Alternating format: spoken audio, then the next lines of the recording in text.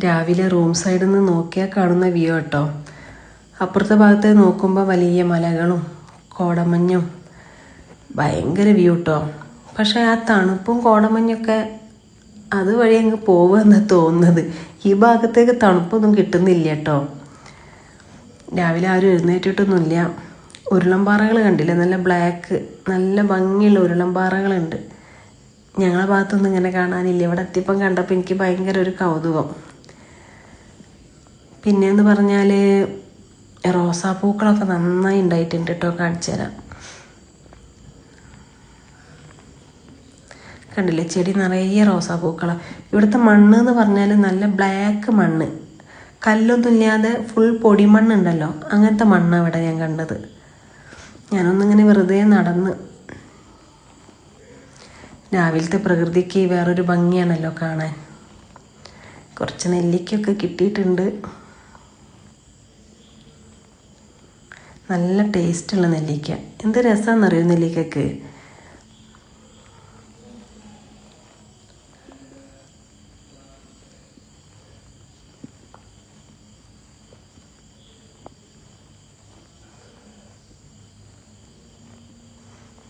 Resort അവർ ചെയ്തിരിക്കുന്നത് നല്ല ഭംഗിയായിട്ട് തന്നെയാണ്. കാരണം വലിയൊരു ഏരിയ ഉണ്ട്. ഇതേപോലെ ഓരോ റോക്ക് ഹൗസ് എന്ന് പറഞ്ഞിട്ട് ഓരോ ഹട്ട് പോലെ അവർ ചെയ്തിരിക്കുന്നത്.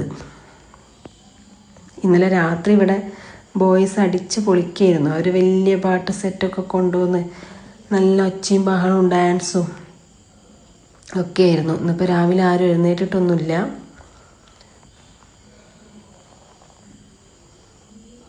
ഒരുപാട് ഏരിയ ഉണ്ട് കേട്ടോ. അത്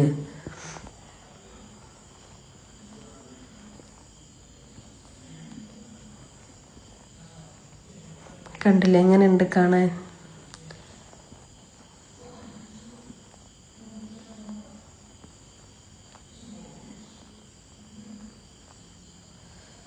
സംഭവമൊക്കെ കൊള്ളാം. പക്ഷെ ആ കാണുന്ന കോടമഞ്ഞും തണുപ്പും ഇവിടേക്ക് വന്നിട്ടേ ഇല്ല. ആ ഒരു സങ്കടം ഉണ്ട് എനിക്ക്. തീരെ തണുപ്പില്ലായിരുന്നു.